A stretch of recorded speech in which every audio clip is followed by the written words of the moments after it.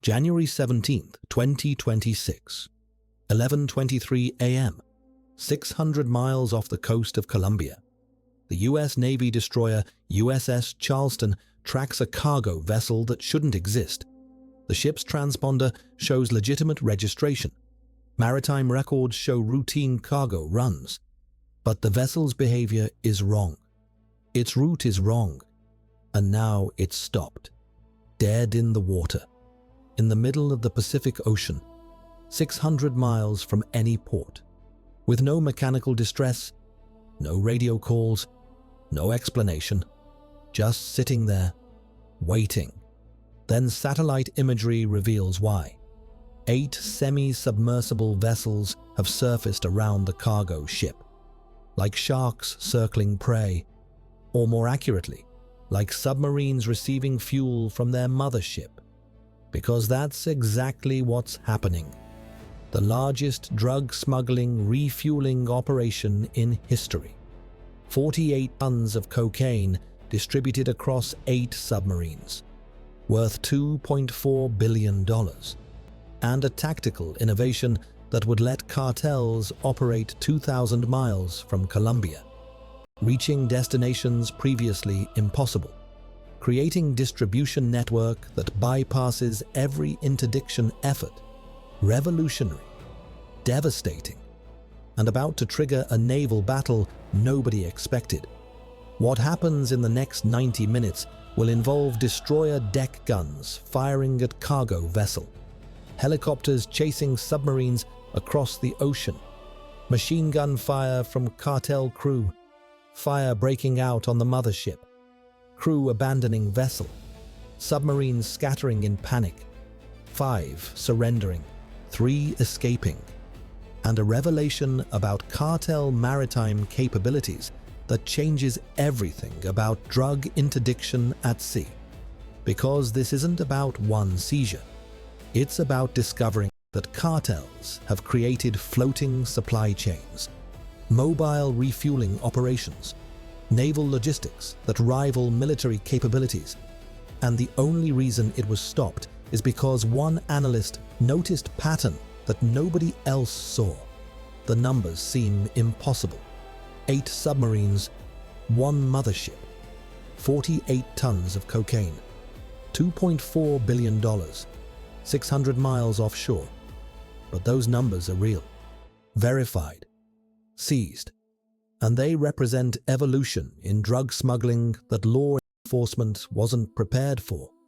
Because submarines are a known threat, have been for years, but submarines that can refuel at sea, that can extend range from 600 miles to 2,000, that can reach California directly, that can bypass Central America entirely. That's game changer. That's strategic revolution. That's cartel navy operating like actual navy. And nobody knew until USS Charleston intercepted the refueling operation. But this story isn't about the seizure. It's about what the mothership's captain revealed during interrogation, about who planned this operation, and why discovering it accidentally might have prevented cartel expansion that would have flooded American markets with cocaine for next decade. Stay with me, because what happens when the Charleston approaches reveals cartel desperation, and why that desperation matters more than the cocaine itself. Commander Liza Martinez commanded the Charleston, 15 years Navy, 3rd deployment to drug interdiction operations. She'd seen suspicious vessels before, had conducted dozens of boardings, seized tons of narcotics, but never seen cargo ships stop mid-ocean, never seen 8 submarines surface simultaneously, never seen refueling operation this sophisticated, this organized, this brazen.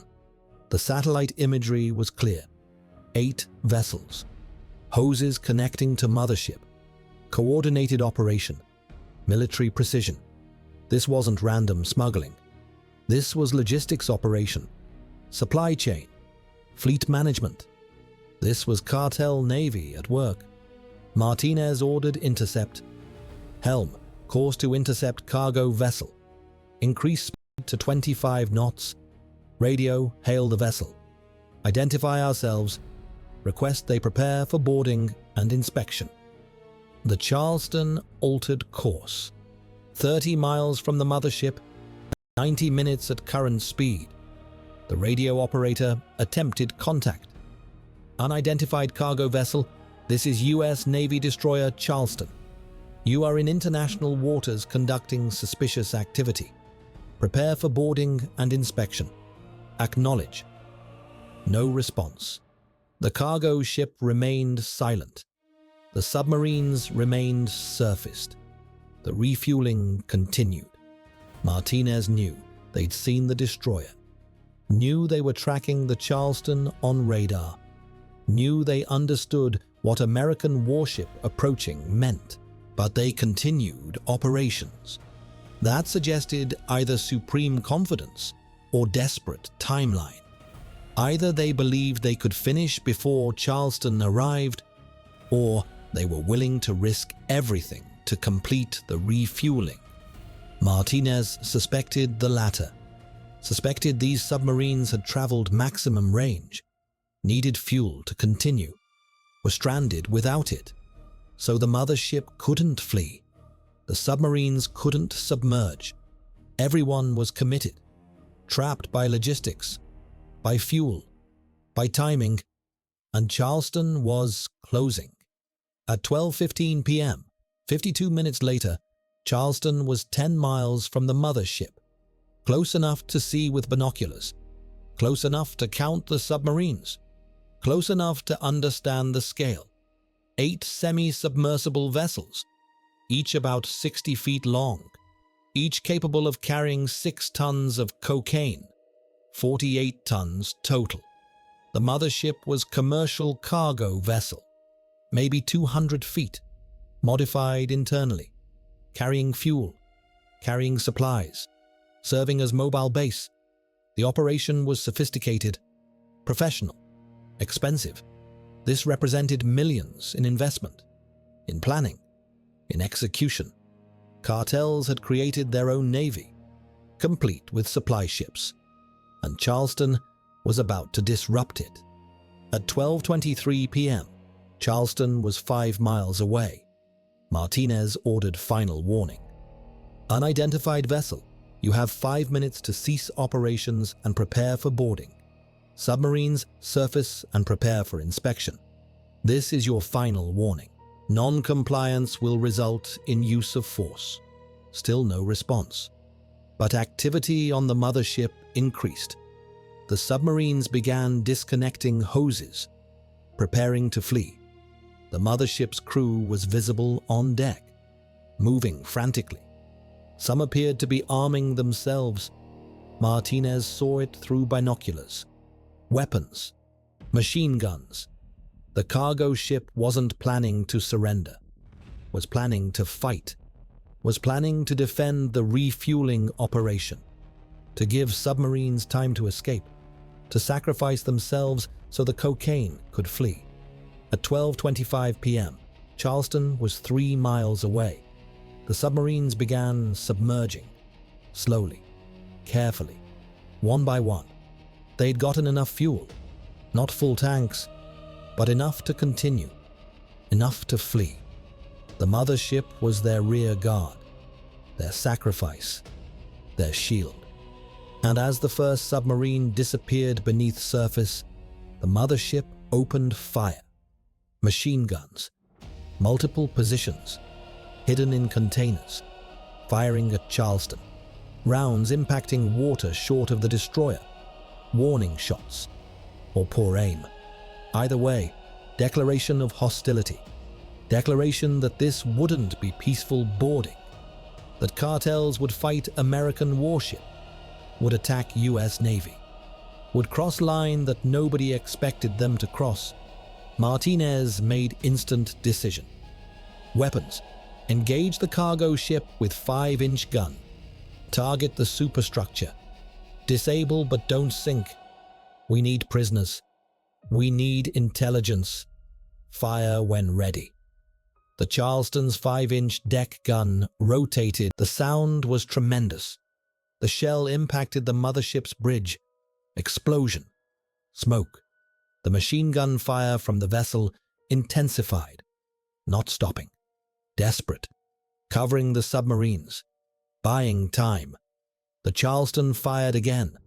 Another hit. Fire broke out on the mothership. Crew visible abandoning positions. Running. Some jumping overboard. Others manning life rafts. The ship was doomed. Burning. But the submarines were escaping. 5 already submerged. 3 still on surface. Desperately trying to get underwater before helicopter arrived. At 12:28 p.m., Charleston's MH-60 helicopter launched, armed with machine guns and sensors, tasked with pursuing submarines, forcing them to surface.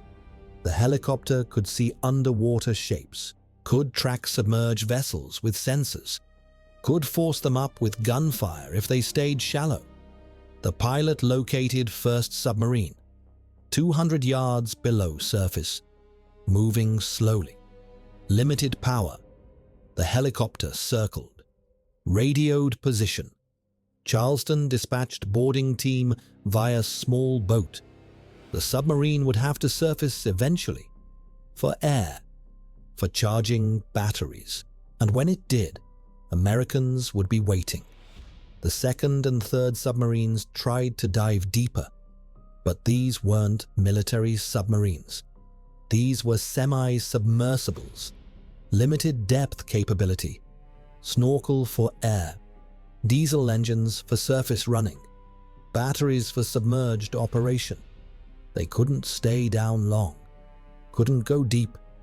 Were trapped by their design, by the fact they weren't made for combat, weren't made for evasion, were made for smuggling, for avoiding detection, not for fighting destroyers or helicopters, not for this. At 12:45 p.m., the first submarine surfaced, out of battery power. Crew emerged, hands raised, surrendering. The boarding team approached, secured the vessel, found 6 tons of cocaine, packaged, ready for delivery. The crew was arrested. Submarine was marked for later recovery. 1 down, 7 to go. 3 more surfaced within the hour. Same story. Out of power, out of options.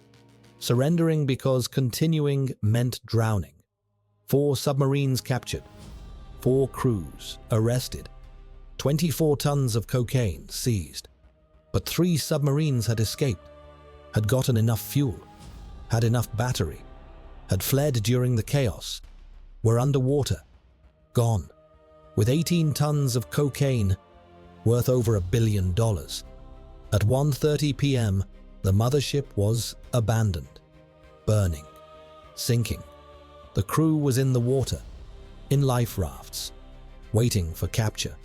Charleston deployed boats, collected 23 prisoners, cartel crew, ship's captain, logistics personnel, everyone who'd been operating the refueling station, everyone who designed this operation, everyone who knew how it worked, where it came from, where submarines were going, who was receiving the cocaine. The intelligence value was enormous, worth more than the cocaine seized, because it revealed the entire operation, the network, the distribution plan, everything. But here's what nobody expected. Here's what the interrogations revealed. Here's why this operation mattered more than just one massive seizure, and why stopping it accidentally prevented cartel expansion that would have changed the drug trade forever. The mothership's captain talked, not immediately, but eventually. When he understood the charges, when he calculated his options, when he realized cooperation might reduce his sentence from life to decades.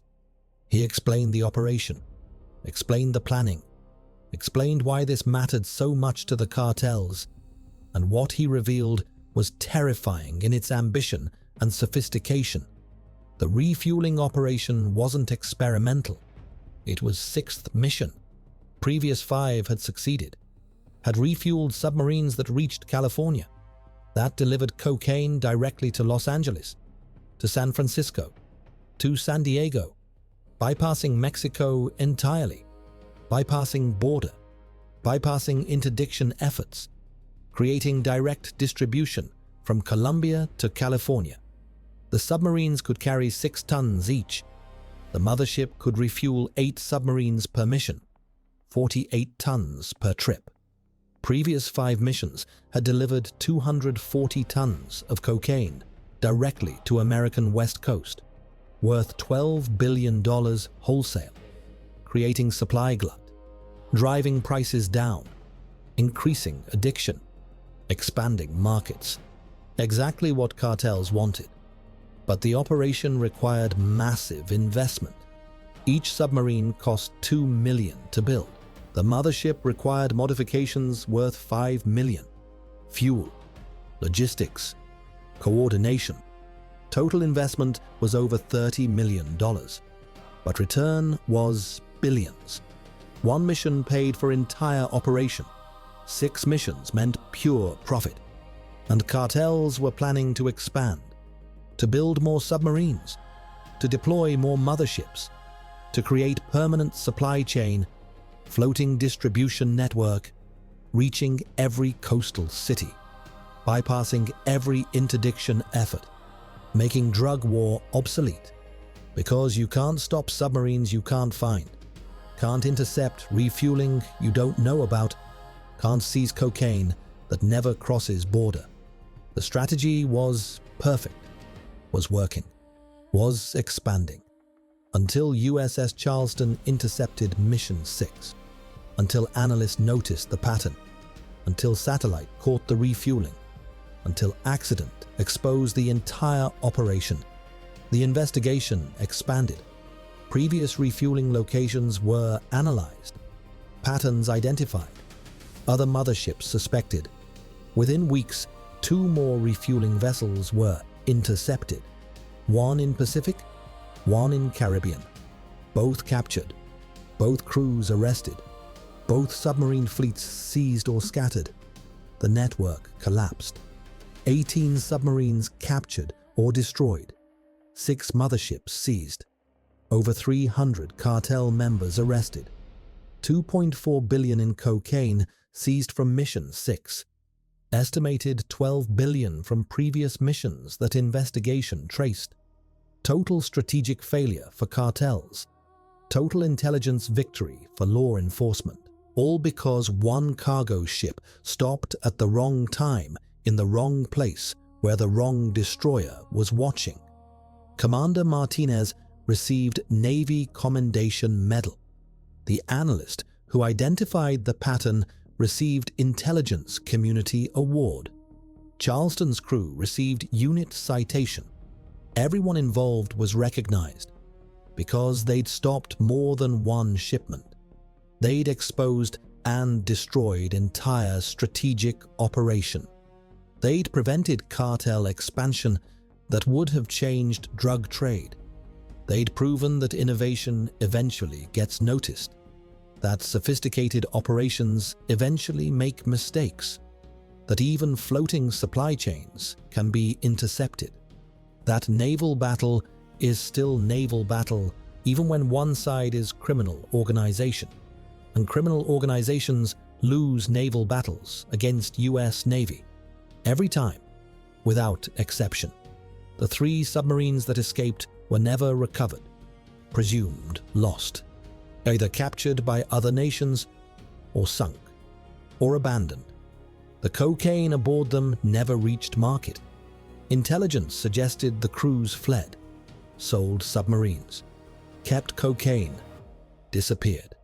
That's what happens when sophisticated operation collapses, when support network is destroyed, when motherships are captured, when you're alone in ocean with 6 tons of cocaine and no plan. You abandon, you flee, you disappear. Those 3 submarines represented $1 billion in lost cartel investment, 3 crews that couldn't return home, 18 tons of cocaine that never reached market, 3 mobile units that became liabilities. That's cost of failure. That's cost of being caught. That's cost of losing naval battle against destroyer that happened to be in right place. That's cost of Mission 6 being intercepted when Missions 1 through 5 succeeded. That's cost of pattern being noticed. That's cost of satellite seeing what shouldn't be seen. That's cost of analyst being curious. That's cost of Martinez deciding to investigate instead of ignore. That's cost of Charleston closing instead of passing. That's cost of Navy fighting instead of watching. That's price cartels paid for ambition, for innovation, for creating Navy. Because creating Navy means fighting Navy. And fighting US Navy means losing. Always. Completely. Devastatingly. The 48 tons seized from Mission 6 was record. Largest single cocaine seizure in maritime history. The previous record was 20 tons. This doubled it. Added another 28 tons. Shattered expectations. Proved cartels were operating at scale nobody imagined. Were transporting quantities nobody expected. Were using methods nobody predicted. Floating refueling stations. Submarine fleets. Direct delivery. 2,000-mile range. It was sophisticated. It was effective. It was working. Until it wasn't. Until Charleston intercepted. Until battle happened. Until cartels learned they couldn't fight destroyers, couldn't defend motherships, couldn't protect submarines, could only run. And running in ocean means being caught eventually, means surfacing eventually, means surrendering eventually, because submarines need air, need fuel, need support, need motherships. And when motherships burn, when support is destroyed, when network collapses, submarines become coffins, expensive, cocaine-filled, floating coffins. That's what 5 submarines discovered. That's what 5 crews learned. That's what 23 mothership crew understood. That ambition has price. Innovation has risk. Creating Navy means fighting Navy. And losing fight means losing everything. January 17, 2026 proved it.